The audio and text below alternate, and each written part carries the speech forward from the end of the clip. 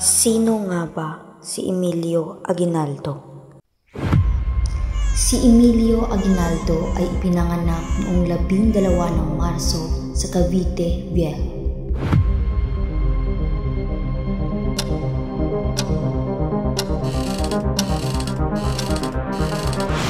Siya ay anak ni Carlos Aguinaldo at Trinidad Fanny Aguinaldo.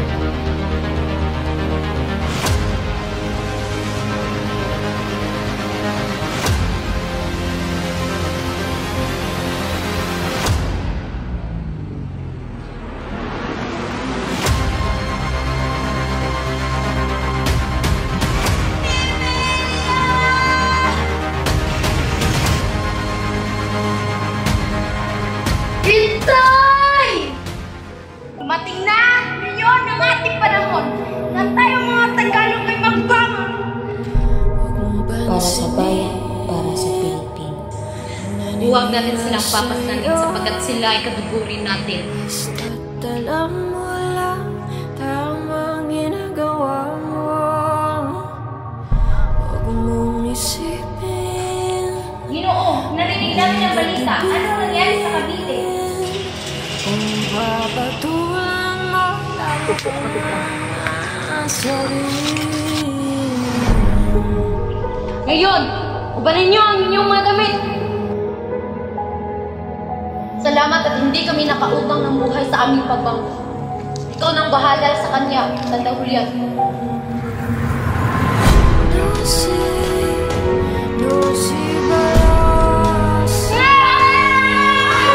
Akin na!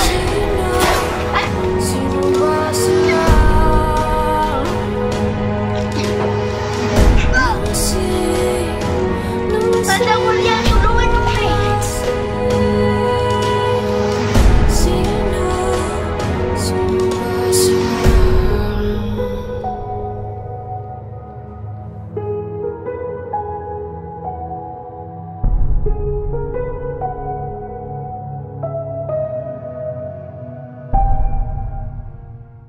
Sa tabing dagat, tanghaling tapat, si Emilio ay nagmamadaling lumulan sa bangka habang pawis na pawis.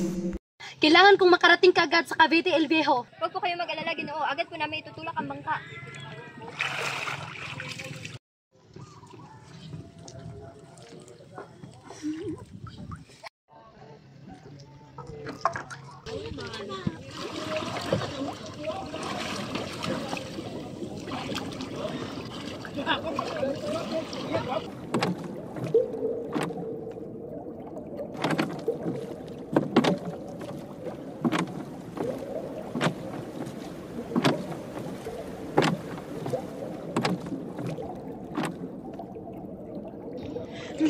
Bakit tila napakabagal naman ang ating sasakyan?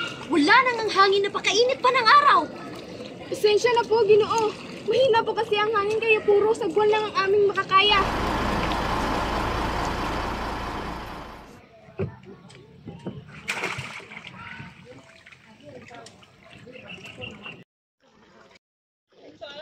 ₱5, Ginoo. Napakalaki po nito. Maraming salamat po. Mag-iikadalawa na ng hapon. Mas mabuti pa'y pumunta na ako sa kumbento upang ibalita kay Kura na nabigo ang aking lakad sa Cavite.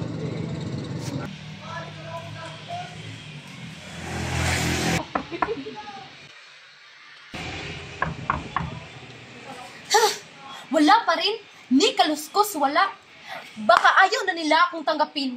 Baka natunugan nila ang aking mga ginawa. Kung sila'y natutulog, marahil magigising sila sa aking mga lakad na ito.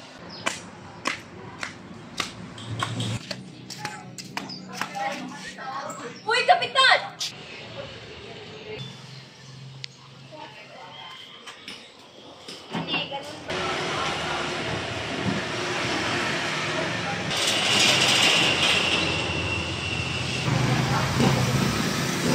Uy, Kapitan! Anong labas sa iyong lakad? Walang nangyari. Bigong-bigo ako sa aking lakad. Kung sana'y binigyan niyo ako ng rekomendasyon, disin sana'y napagkatiwalaan ako kahit 10 baril. Sinabi po sa akin na may pasya ang Excelentisimo Kapitan General Blanco ng Estado de Guerra sa 8 lalawigan kabilang ang Cavite. Ganun ba, Kapitan? Sa loob ng tribunal, maagang gabi, pumasok sina Tirona at Dano, pagod ngunit determinado.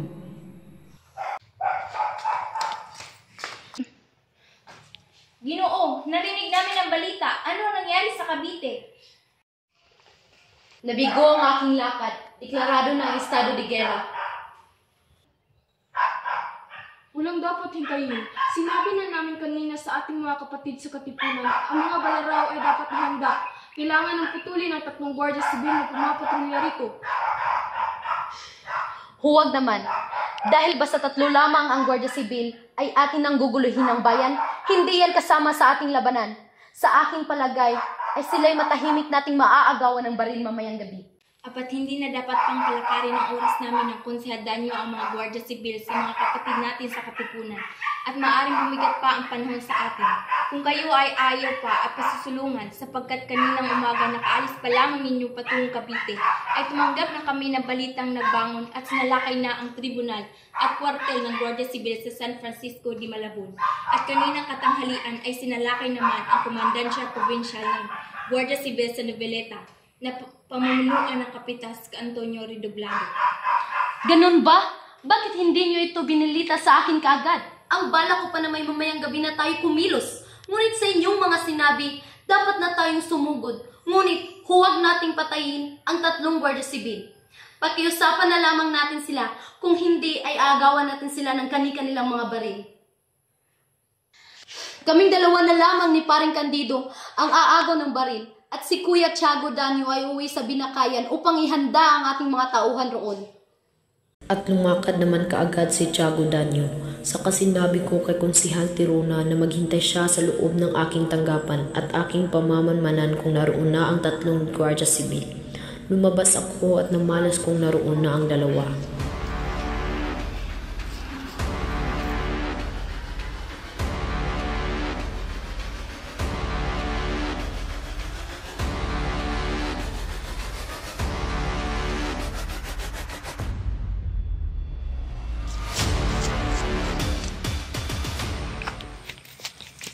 Anong balita? Kapitan, andoon na po ang 3 Gwardiya Sibil.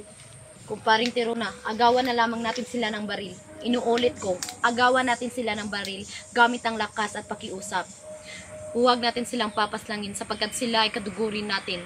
Opo, Kapitan.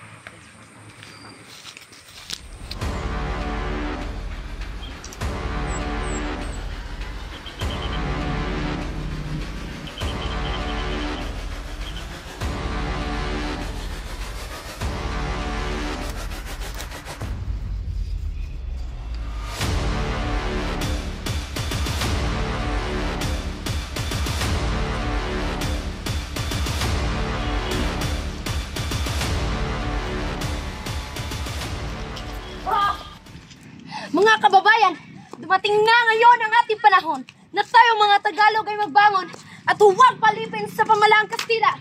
Ibigay niyo na sa amin ang inyong mga baril at sumama na kayo sa amin upang makalaya sa pangalipin ng ating inang bayan. Narinig mo ang sinabi ko sa inyong mga kasama. Isuko mo na sa akin ang iyong baril. Ayoko!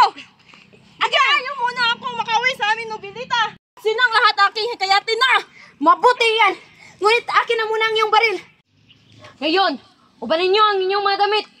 Biglang naglundagan ng mga kwadrilyero na nagbunot na lahat ng gulok at balaraw at tangkang utas ng Gwardiya Sibil.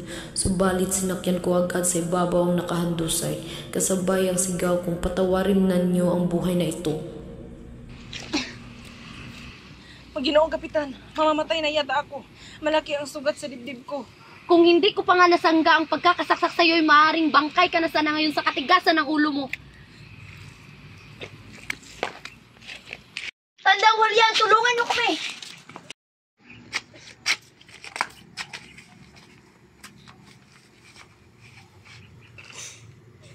Salamat at hindi kami nakautang ng buhay sa aming pagbangon. Ikaw nang bahala sa kanya, Tandang Julian.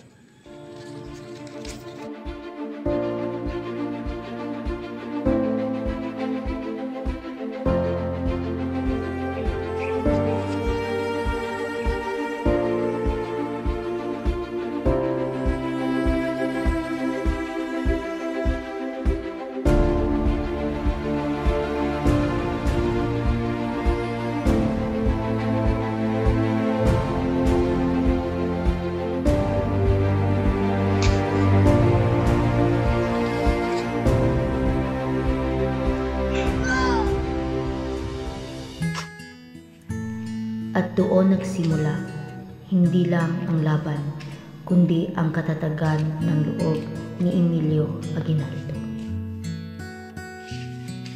Panapanahon ng pagkakataon.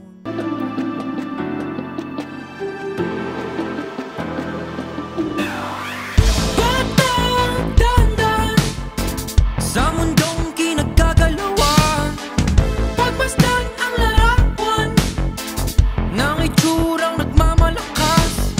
Hindi pwedeng mabulag, makinig sa tamang tinig. Wala